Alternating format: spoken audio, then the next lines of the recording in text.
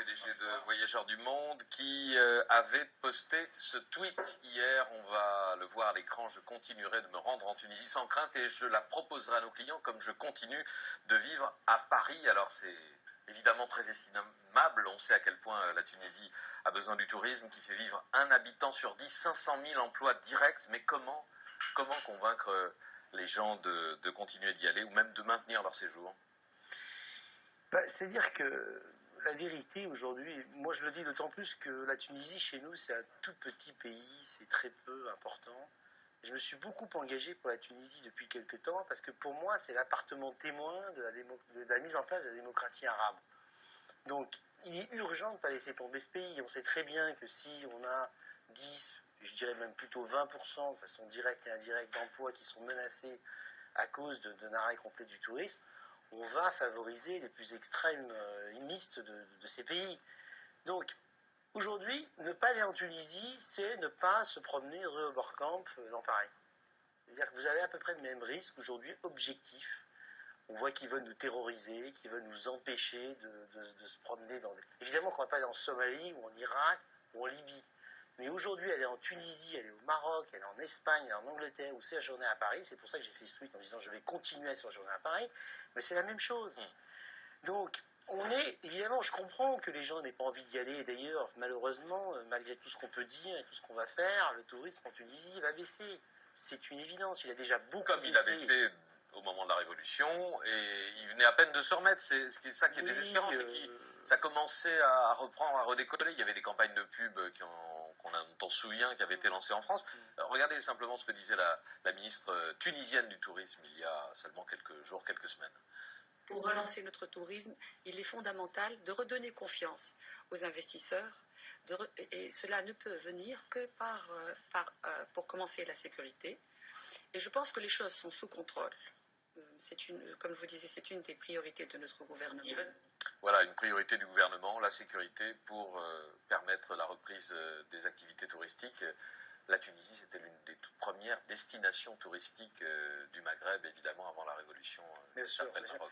Mais la sécurité à 100%, on ne peut pas la garantir. C'est pas à peine qu'on raconte des histoires, que ce soit d'ailleurs en France, en Tunisie, au Maroc, en Égypte, en Angleterre. C'est pas possible.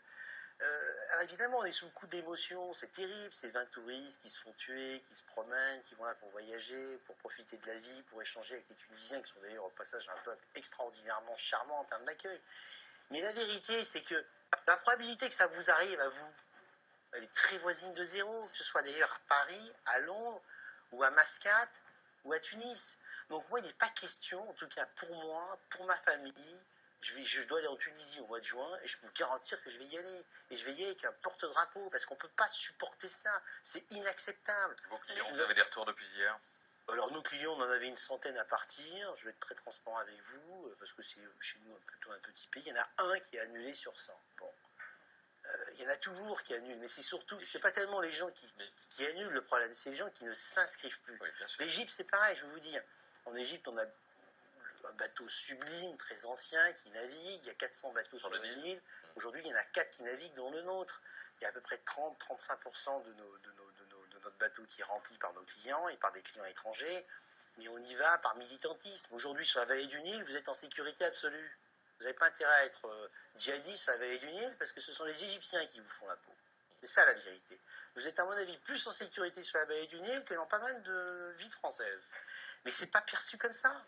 Est-ce qu'on peut, au regard de ce qui s'est passé hier dans ce lieu extrêmement fréquenté qu'est le musée du Bardo, est-ce qu'on peut au moins donner des conseils sur éviter les grands rassemblements de foule et non, moi j'ai le seul groupes conseil de touristes importants qui sont des cibles le seul conseil que je donne aux gens qui voyagent en pays musulman dans le contexte actuel, c'est d'éviter les lieux autour de la mosquée le vendredi. Bon, on peut éviter les lieux de rassemblement, une mosquée où vous avez forcément des risques un peu plus importants. Mais encore une fois, moi j'ai envie de dire aux gens, si vous avez peur, n'y allez pas, parce que vous allez gâcher votre voyage.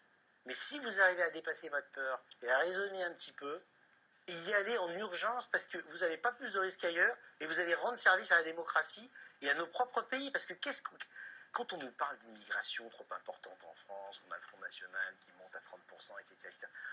On croit qu'on va monter des barrières là pour empêcher les gens d'Afrique et d'Afrique du Nord de venir. Il faut que ces pays se développent sur le plan économique, sur le plan démocratique. On n'a pas le choix. Ces pays, avez-vous dit, Jean-François Rial, il faut parler de l'autre grande destination touristique de la région, le Maroc. On a vu dans le passé que chaque événement de ce type avait un impact sur les pays voisins. Bien sûr. C'était, on se souvient, en 2002 déjà, l'attentat contre la synagogue de Djerba en Tunisie. Et puis il y a eu un attentat aussi au Maroc, on s'en souvient, sur le souk de Marrakech, qui avait eu un impact évident.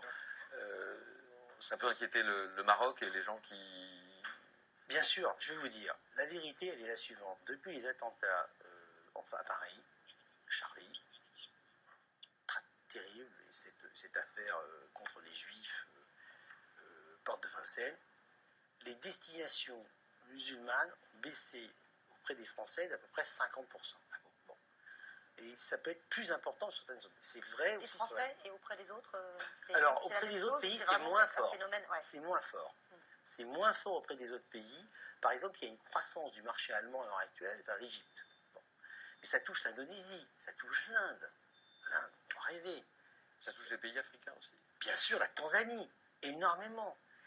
Et donc, de toute façon, cette affaire tunisienne-là ne va pas arranger les choses. Mais moi, ce que je crois aussi, c'est que on vient d'avoir Bamako, Copenhague, Paris, Tunis. Ceux qui voyageaient dans les pays musulmans depuis l'affaire Charlie, qui continuent à le faire, moi, je crois que ceux-là, ils vont continuer à le faire. Parce que ils ont compris la situation. S'ils avaient dû avoir peur, ils auraient déjà eu peur. D'ailleurs, on l'a constaté. J'ai discuté avec mes confrères voyagistes ce matin du CETO. Sur l'ensemble des voyagistes français, il y a très peu d'annulations de gens qui ne partent pas. Par contre, il va y avoir un frein des inscriptions qui est très sérieux. Ça, c'est indiscutable.